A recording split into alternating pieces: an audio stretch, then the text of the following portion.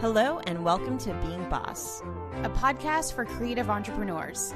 I'm Emily Thompson. and I'm Kathleen Shannon.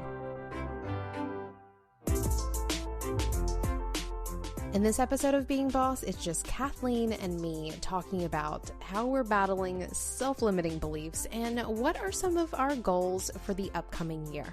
As always, you can find all the tools, books, and links we reference on the show notes at www.beingboss.club. As a creative entrepreneur running your own business or thinking about starting one, do me a quick favor. As I mention the words admin and paperwork, take note of all of those unsavory thoughts and feelings that bubble up to the surface. Because at worst, the prospect of dealing with endless paperwork can kill your motivation altogether. And at best, it's just a time-sucking pain in the butt. So our friends at FreshBooks know this, and they can help you in a big way. FreshBooks makes ridiculously easy cloud accounting software that's perfect for creatives who need to spend more time creating and less of their time buried in paperwork. You can create invoices in seconds. With 2 clicks, you can set yourself up to receive payments online. If your clients forget to pay you, FreshBooks, well, they're going to handle the awkwardness with customizable late payment reminders. And FreshBooks can even show you whether or not a client has looked at the invoice you've emailed.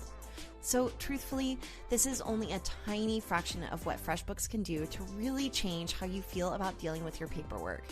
To claim your unrestricted 30-day free trial, go to freshbooks.com/beingboss and enter Being Boss in the How Did You Hear About Us section.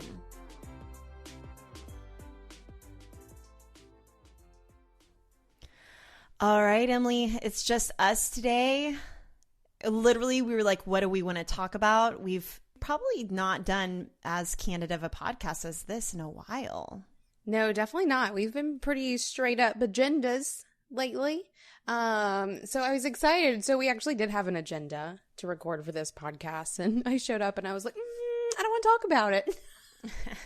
We were like, well, then what are we going to talk about? So it's really fun to just dive into exactly what we want to be talking about right now, and especially considering when this episode is going live. I think we're going to talk a lot about what we want out of 2019, especially here at Being Boss. But there was something else that we want to talk about beforehand, and it's a bad/good habit that I've picked up. Let's hear it. And it's dinging people and their self-limiting beliefs. Yeah, so anytime we're in a meeting and I say something slightly negative or even not even seemingly negative, Emily will ding me with this like pretend gold bell that she goes through the motion like a pantomime of dinging me with this gold bell shouting out a self-limiting belief. But you all have also been practicing this at your house as well, right? Yes, at our house and our team meetings. And I don't know where this idea came to me, but I was recently talking with someone who called me out. Actually, I think it was Bridget. It was Bridget from Biddy Tarot. We're in a mastermind together, and I had said something. She called me out on a self-limiting belief, and I was like, damn, you're right. And I got to thinking about it. I was having a meeting with the team, and someone said something, and I remember calling them out because it was a self-limiting belief. And I was like, this obviously goes down quite often, like people just saying things. And I guess I've become just super aware of it. And I got this idea that what I really want to do is send everyone in my life one of those like hotel counter bells, like those little brass bells. And so that whenever someone says something that is a self-limiting belief, we ding the bell. So I never got any bells for anyone. I've just resorted to like acting it out and dinging people with my mouth. But it's working. I love it. There was a while back, whenever I was in the School of Metaphysics, they had us read this book it's called something like Don't Complain for 30 Days. I don't think that was the title. Maybe it's like Complaint Free World or something along those lines. And the idea is that you wear a rubber band or something on your wrist, and anytime you have a negative thought or a complaint, or maybe it's even whenever you say it out loud, you move it from one wrist to another. But I think it applies to thoughts as well, and really starting to become accountable to what it is that you're thinking and how that starts to manifest. Right. And not even accountable. I mean, that's like step 2. I think step 1 is self-awareness. It's being aware that you're even having those thoughts or saying those things. Yeah, and so then that takes you back to mindset and how do you become aware of your thoughts? So there are some practices that we practice all the time for this, but I think that we could probably go a little bit deeper if we find ourselves ringing this bell all the time. So meditation obviously is one that will help you become a little bit more aware of your thoughts. So I think meditating, because I've been doing that pretty regularly over especially the past couple weeks, and we did an episode I guess at the beginning of 2018 where we talked about how we had both like tried to dive into our meditation practice, and as I always am with meditating, it comes and goes, but I've been pretty I guess religious about it, or constant with it, I suppose, over the past couple of weeks especially, and I think that this has been born out of that really hardcore mindfulness practice. If I'm doing lots of meditating and it's made me more aware, and so I've decided to make other people aware as well. That basically sums you up. Right, doesn't it? That is really, so you. I also think that journaling is a really great way to become aware of your thoughts. And in our rituals and routines episode that we did, I talked about a 5-minute journaling practice that I've been doing. And you start off by listing off everything that you're grateful for. And if you're in a shit mood place, it's hard to come up with that list. And you'll start realizing, oh, I need to be thinking more grateful, better, happier thoughts. Absolutely. Absolutely. So yes, this has been a little practice that I've picked up. And so far, no one's pissed at me, which is nice. I think everyone's, I think has been a little grateful that, they're being called out on the things that they're saying or believing that are not true, basically, or just like based on preconceived notions. And especially because it happens most around work, people can really see how it is that belief is actually not good for the work that we do. It's not good for business. It's literally not good for business for you to think things that basically are not true. So I was just thinking, what is a good example of a time that this has come up recently? When have I dinged you, Kathleen? You have dinged me, but I wanted to say what I love about the dinging process, especially as business partners, or even if you're practicing this with your life partner or your spouse or your significant other. What I love about it is that it's almost like this special little code that brings a little bit of levity to the negativity. Because I know for us, if one of us is being particularly negative, it can kind of rub off on each other and or become something that you become really resentful for. Like, well, man, I wish that Emily hadn't been so negative about that thing, whereas I could have just dinged you.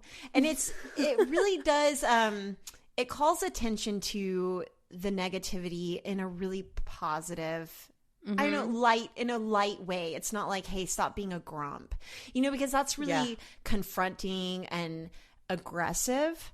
Right? And then it will put you on the defense, whereas a ding is like, oh, yeah, you're right. Right?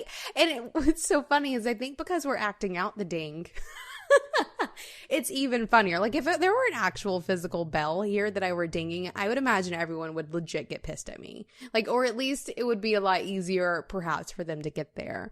But because it is, a funny verbal thing that we're doing, I need to double check with the team, make sure no one's mad at me. Now that I'm really thinking about this. And I know David finds it helpful. He appreciates the, I guess the self-improvement aspect of it, of this idea of, very literally, you cannot build something big and great if you are hiding behind all of your self-limiting beliefs. And I know we're all here to build something big and great. And whether that's our lives or being boss or, sometimes it's just a good dinner, then like cutting those self-limiting beliefs off is how you're going to accomplish those things. So I agree. It has brought a good bit of levity to what could potentially be some very like heavy conversations where, I don't want to cater to bad moods by any means, but I also want to give people the space to feel their feelings. And I think if I were to address a negative feeling with like, oh, I wish you wouldn't say that, or you shouldn't say that, that's like me judging it. But if I'm just dinging it because I hear it, that's not judgment or confrontational at all. It just brings awareness. Yeah, and I think that the ding can happen, and then you start to dig into where is that self-limiting belief coming from?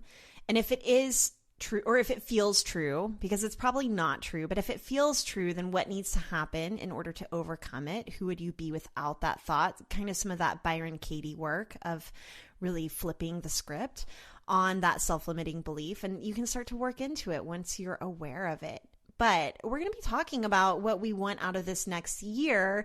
And I'm sure that as excited as we are about 2019, there's also some anxiety or worry that can come into building and sustaining a business and a life on your own terms. And I'm sure that there will be some examples of some self-limiting beliefs that show up in our conversation. So maybe we can show our listeners how this works in real time. Maybe so. So if you guys hear one of us dinging the other one over the next, 30, 45 minutes, you know what's going on. We're dinging some self-limiting beliefs. So let's do it. All right, let's talk about 2019. Before we get into professional goals and what we want out of being boss and our individual businesses, let's talk a little bit about personal goals. Is there anything that you're wanting to do more of in 2019 in your family, in your home, in your hobbies? That's a good question. I think the first one that comes to mind for me is I want to travel more with my family. I travel a lot. You and I are on the road or in the air a lot together. But I don't get to travel with my family as much as I would like to. I would like to do some non-work related family travel a couple of times this year. I think some things are in the works for sure, but that's something that I really want to cultivate more of or manifest more of even. I want to travel more with my family for sure. What about you? I'm having a hard time setting any goals. Oh, girl. This is me and Kathleen. This is me going, I want this, and Kathleen going, I don't care. You know what? So I recently, one of my challenges to myself, something I did a long time ago, was write a bucket list of 100 things. I was invited out to this retreat that Maggie Mason was holding, where it was all about setting goals. And at the time, I remember thinking, like, why is there a whole retreat around this? It's the easiest thing in the world to write down 100 things I want. Not a problem. I started writing down 100 things that I want probably around 4 months ago. And I got to around 50. And I don't know, here's the deal. I don't know if I'm content or if I'm just kind of giving up. You know what I mean? Like, yes. Am I just getting old and tired, or am I truly content and not wanting for much? Because I think that that's noble and honorable and kind of a virtue to be content where I am. And I do feel like I've cultivated a lot of that through that everyday gratitude practice, realizing that I have everything I could ever want right now. That's beautiful and that's amazing. But I also miss that part of myself that wanted to travel the world and jump out of planes and go scuba diving and chase adventure, right? So I'm struggling with that. And as I'm speaking with people or kind of digging into this, I have to give myself a little bit of grace because I did make a cross-country move this year. I do have a little kiddo in the years that everyone says it's the hardest to have kiddos. So I'm also starting to learn that it never gets easier, which fact. Ding. No, that's fact. That is, see, I just dinged never myself gets and easier. you just said fact. That's a big ding. No, okay, so I have a really interesting story to tell you that I haven't told you yet. I've been saving it for the right moment, and I'm going to shout out to Autumn here because Autumn told me the story, and I told her, I was like, that shit's going on the podcast one day because it was so good. Autumn, this is the moment that I'm sharing it. It's fantastic. So Autumn was on a trip with some friends, and she was talking to one of her friends who is not a business owner. And they were talking about vacations, and the friend mentions how whenever she goes on vacation, she just wants to go on adventures and like seek risk and do all these like big, amazing things because in her day job, she's so comfortable. And Autumn goes, not me. Whenever she goes on vacation, she wants to rest by the pool and not do anything because her daily life is an adventure. Like as an entrepreneur, she's consistently met with discomfort and the new and unexpected. And so whenever it comes time for her to want things or to go out of her way to do something different for her is chill. And that was something that I relate to so much where, you know, whenever I want to travel with my family, there are definitely some adventure things that I want to do with them. Lily is old enough to do some of those things that have been, you know, in the back of my mind for a really long time. But I also just want to find a pool to sit next to and drink cocktails and read books. Like I don't need to seek adventure because my daily work is an adventure. And so I think that it's possible. I love how not nicely this is tying in. I think it's possible you could be feeling that too, where you are putting yourself out there and you are doing uncomfortable things and, you know, experiencing so much in your work that maybe it is okay for you to just be content with your life. Yeah, I think that's where I'm at. And I remember whenever I got pregnant, everyone said, this is going to be your biggest adventure yet. And I don't know about that. Platitudes. I know. I mean, I'm so grateful for my kiddo and I love him more than anything in the whole world. I mean, I just adore him and the levels of, I don't know, depth and emotion. I mean, I feel like I've leveled up in ways that I could have never imagined in my family and in my own identity and in my relationships. So I'm so grateful for him. But I don't know, hiking through the Himalayas was pretty cool. Like, and that felt like more of an adventure than wiping a butt. Right? I mean, I think it just depends on your definition of the word adventure, for sure. Okay, and then I see these Instagram accounts of people with little kids who are traveling and they're doing it. And this is where I'm feeling a little cynical. Maybe this is where the ding comes in. Maybe I'll ding you.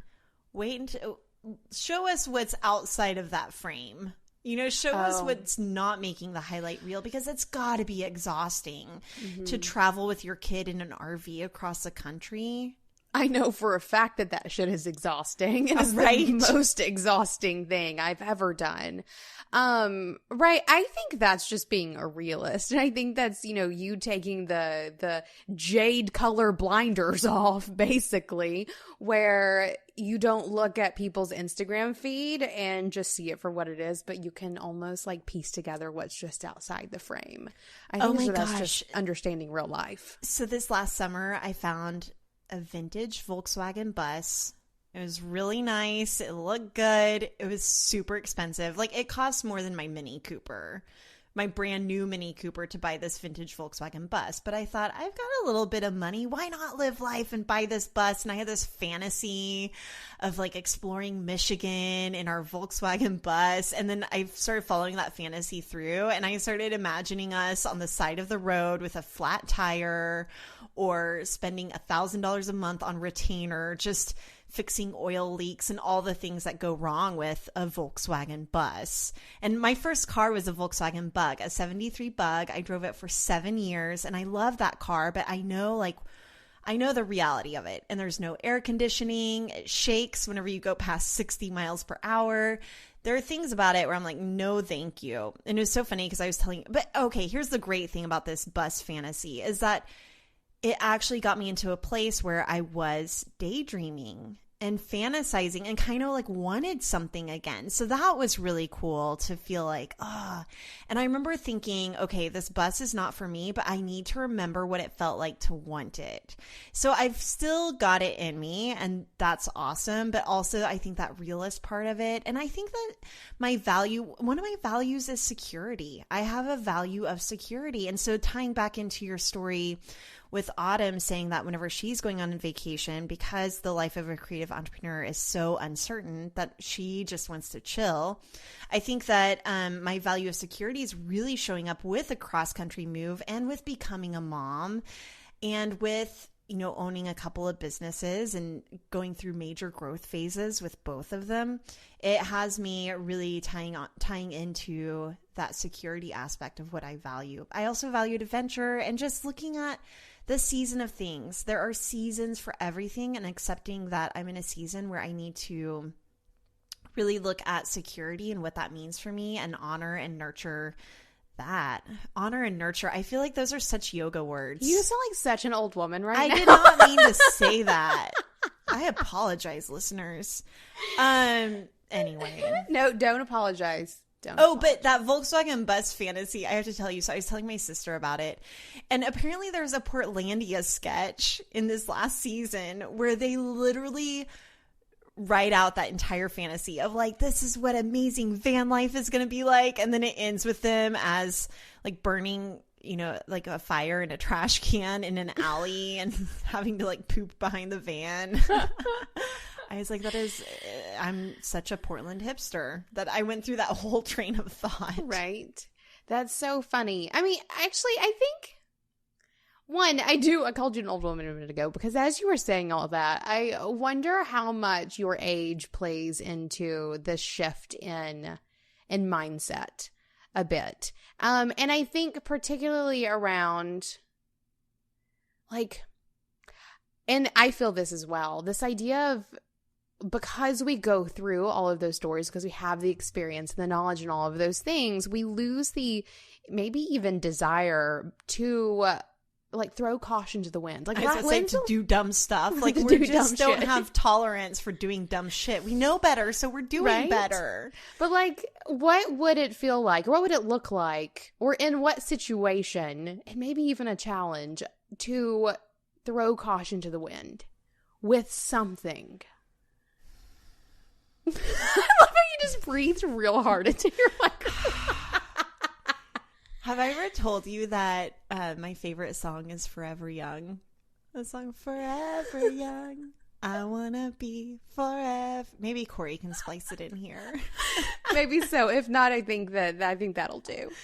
Beyonce sang it at the end of On the Run. So I did get to see On the Run, Beyonce and Jay-Z this year, and she sang it at the end. It was so unexpected. I started bawling. And I think that song really hit hard in that moment because I'm not forever young, and I am becoming more cautious. Oh, ding! I'm dinging. You're not forever young. Dinging that one. Because age is just a number, and you can feel as young as you want.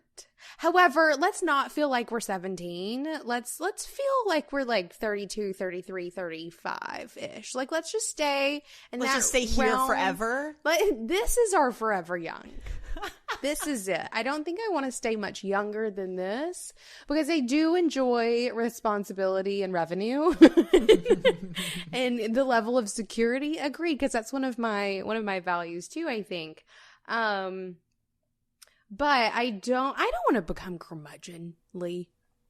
Is that the right? Okay, so where could I throw caution to the wind to also avoid becoming curmudgeonly? I think here's some examples is last year on our book tour, just doing really spontaneous things within structure. So just even going to the top of the Empire State Building without a plan. Like, that was really fun. And I think that's where I get my kicks these days. Good. That's adorable. I love that. We can do more of that. All right, so then let's dig into that, like what we want professionally, because I loved our book tour. That was so much fun. And I feel like in 2019, I want to continue to do more offline connecting with our people. And so whether that looks like speaking at conferences or attending conferences, that's when I would like to attend a fun conference as a guest and not as a speaker. Though I love speaking. I want to speak and facilitate and do all the things, workshops, retreats, conferences. But I just want to connect more with people in real life so that I can continue to nurture those relationships and that community online as well. Or not so that. I didn't even mean to qualify that. No, I think there is some so that. And because think about how much more meaningful those social media interactions are with people who have been to the Being Boss vacation, for example. Yes, they're like friends for life. Right? Like so many of those people, like those are the people that I'm interacting with very meaningfully online. It's because I got to hang out with them offline. So I will keep that so that I like it. I agree. I keep envisioning us doing a like 5 or 6 city tour in 2019 of like super simple, show up, do a workshop, have a cocktail hour, done. Or we can go and interact with people in the way that we like to, which is, relatively small groups in really intimate settings, and wrap it up with a cocktail. I love that you said super simple. This actually makes me think in 2019, I would like to simplify everything. I feel like we've gotten really good at complicating everything. Fact. You know what I mean? Like with Yes. systems and processes, even though those are designed to make our lives easier, I would like things to feel a little bit more simple. And I will say it's harder to scale whenever you're simple, but maybe even pulling back in some ways in 2019 and going back to my basics of like, I don't know, the CEO Day Kit is an example of like going back to basics of putting pen to paper and looking at my marketing and revenue model with a pencil in my hand on a piece of paper that's charted out into 12 months. Like stuff like that. Like I wanted to just go back to not the basics, but the foundation of how I like to live and work. I completely agree with that. I mean, this is something we've talked about several times, and something that I see even whenever I'm coaching people or, in the mastermind that I'm doing, where once you're so long into business, you just start complicating things. Like it just happens. You start adding too many touch points and too many emails and too many times that you're sharing it on social media and just all of these things where I do think it is a natural cycle in business, or it needs to be a natural cycle in business, where you occasionally come back and just simplify the hell out of everything. See what's working, what's kind of working, what's not working, and clean up and double down as needed. And I think that we're definitely in that phase with Being Boss, but at the same time, building out something. So I even like this idea of building out and sort of expanding and contracting in different places at the same time. Yeah, but I want to say that I don't want to confuse simplifying with contracting. Like this is where I'm trying to be careful with my language, because I don't see those two things as the same thing. And so a real example of this is in September, we went to Toronto and I was like, let's have just a quick meetup. And that was something that at first thought overwhelmed me because I was thinking about all the systems and processes. And then I thought how can I make it easier to meet up with our community in Toronto without it becoming a thing? And I was like, literally all it will take is 1, finding a bar, 2, sending out an email, and 3, making a Instagram post. Like it does not have to be more complicated than that. And then just showing up. And so that's an example of simplifying, but then expanding, because now we're doing a thing that is a little bit more expansive and connecting, whereas otherwise we would be sitting in our hotel and watching Naked and Afraid, which is also awesome. That is so true. That's exactly what we would have been doing instead. Right, I agree. And I love that we were able to do that in such a simple way. So I agree. Contracting and simplifying are not the same things. So one of the things that we've talked about, and Kathleen just sort of hit on that, is what we want to be spending our time doing, what we don't want to be spending our time doing. And we have released a podcast on this feed every single week for, at the time of launching this episode, 4 years. 4 years. Twice a week, because we had mini-sodes. Right? Twice a week. I think there was about a year that we didn't do mini-sodes. But for 3 of those 4, twice a week, which, guys, is a lot. It's just a lot.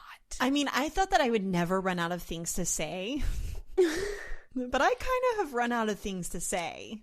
I agree. That's not entirely true. Like, I still love going on other people's podcasts. I still love asking people questions and really digging into their businesses. So one idea that I've had personally / professionally is even going on to other people's podcasts, and not as a guest, but almost as a co-host for a single episode, where then I'm interviewing them. Because so many times podcast hosts end up not really talking about themselves, especially as they're a year or two into it. Like they forget that not everyone knows who they are. So I love the idea of going into a podcast and saying, okay, who are you? What do you do? Like what gets you ticking? The same way we interview people here, but just on their platform. I think that could be so much fun. I have no idea how this fits into any sort of business model. I just, again, want to have creative conversations. Right. And I think looping back to what we were just talking about, it's not in this space. Another thing that we find a lot of times when we look at the Being Boss podcast feed is there is so much content here, guys. And we know that there are probably very few of you who are actually listening to this podcast the week that is launched. Or that's a lie. We know that there are actually a lot of you who are listening to this podcast the week that it is launched. But a lot of people have not caught up.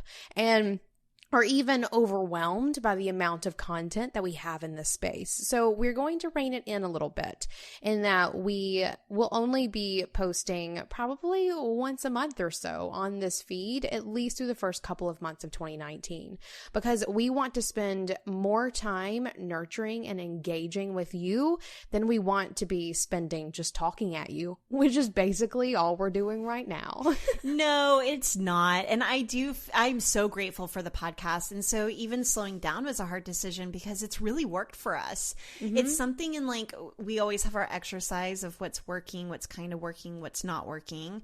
And you can find that at our show notes. We'll link to it in this episode. But I feel like the podcast is always in the what's working column. And so then to feel like that's the thing that we slowed down on felt kind of silly, but then realizing we have our reasons and slowing down is just going to make it even better. And then really kind of reformatting from a content standpoint and an agenda standpoint, really using the podcast as a place to even further engage with our community and letting them ask us real questions in real time. That's really exciting to me. I agree. And I also want to point out here that you just mentioned us slowing down, because just because we're posting less here does not mean we're actually slowing down very much, right? So it's just putting the energy in a different place. And again, we have put so much time and energy into this podcast feed. I'm excited to see what we can do and what we can create if we redirect that energy into a place where we are more directly interacting with all of you guys. So I'm excited to see what we can do when we take all of the energy that we've been pouring into just this one type of content into something else, because it's probably going to be pretty good. All right. Any other goals that you want to share before we wrap this one up? I think I'm ready to work out of the house, which for me is a big one. I totally thought you were about to say, I think I'm ready to work out. I was like, yes, we can be gym rats together. That will be the day. That will be the day. Okay, work out of the house. This is one thing that we've gone back and forth on a few times over our friendship as business besties. You've worked from home. You've had an office. You've had a studio space that you built out like on a legit street. Yep. On a legit I guess street. what I'm trying to say is like strangers could wander in. Right. A storefront studio. Kind of, storefront studio. That's the words I'm looking space for. On a legit street? It wasn't one of those back alley offices. Not that one. You didn't have a weird back alley office. Though I once had an office out of an apartment and like that was not legit. Do you know what I mean? Yep, for sure. Right. I think I'm in that like cycle or I'm back at that part of the cycle where I think I'm ready to get an out of the house office, and it makes me think a lot about what I could do with that space, and whether it's just a simple office or maybe it's like a workshop space where we can do Being Boss things. I definitely think it's going to be the kind of place where I need to get the candles out of my house because I smell all 4 seasons all the time at the same time, basically, and it's hard sometimes. So I think that's probably one of my other really big wants for 2019 is I want to have an out-of-house office and maybe even a legit storefront for Almanac. What about you? Any last-minute wants? Well, we are actually expanding our braid office. We are doubling in size. And so that's really going to be really happening at the beginning of the year. So I'm really excited about that. And we're continuing to grow our team over there, which is really exciting. So yeah, big growth. I wish I could enjoy that office space. It's filled with beautiful textiles and wicker furniture and cactus. It's such a cool space, but it's a 2-hour flight to get there. Can you just create like a satellite office? I know, right? Detroit? I mean, it's funny because we actually designed our office to feel like our homes. And so the way that my office space is designed feels like the office space at Braid.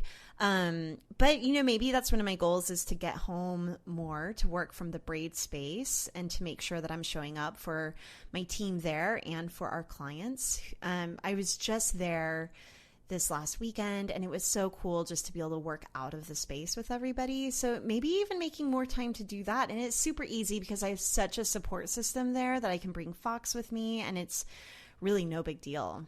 I love it. Plan out some weekends, Kathleen. Put it on your calendar. That's a great idea, is to put it on my calendar. Maybe that's something I'll do, is I don't want to squash any spontaneity, but things happen whenever you put them on your calendar. Right? That's the grown-up in you right there. That's you adulting.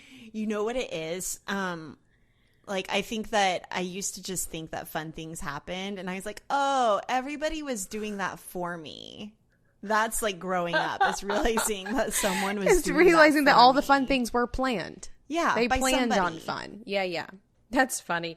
Man, maybe I'm just waiting for Lily to realize that. That makes a lot of sense. I'll include her in the planning process from now on. No, don't. This is her childhood. Don't let her, just wait for her to have children of her own. Then she could be rudely awakened. I don't know if our listeners know that me and your daughter are basically soulmates. We're kind of the same person. Same person. From the way they stomp around the house to the way they reply to my questions. I don't mind it from Kathleen so much as I mind it from my 10-year-old daughter. Anyway, it's funny. All right. This was a good chat. I agree. Well, I'm ready for 2019. Let's make all of it happen. And you guys too. Any listeners? Think about what you want out of 2019. It is that time of year. We will be taking a break off for the upcoming Christmas Tuesday, so you will not have an episode then, though we will be back a little less frequently in 2019. We look forward to seeing you then. Hey bosses, I want to tell you about the CEO Day Kit. The CEO Day Kit is 12 months of focused planning for your business in just one day. So Emily and I have packaged up the exact tools that we've been consistently using for years that have helped us grow from baby bosses to the CEOs of our own businesses. Gain clarity, find focus, get momentum, prioritize your time, make better decisions, and become more self-reliant with the CEO Day Kit. Go to courses.beingboss.club to learn more and see if it's a fit for you and your business. Thank you for listening to Being Boss. If you're looking for more help in being boss of your work and life, come check out our website where you can find episode show notes, browse our archives, and access free resources like worksheets, trainings, quizzes, and more. It's all at www.beingboss.club. Do the work, be boss.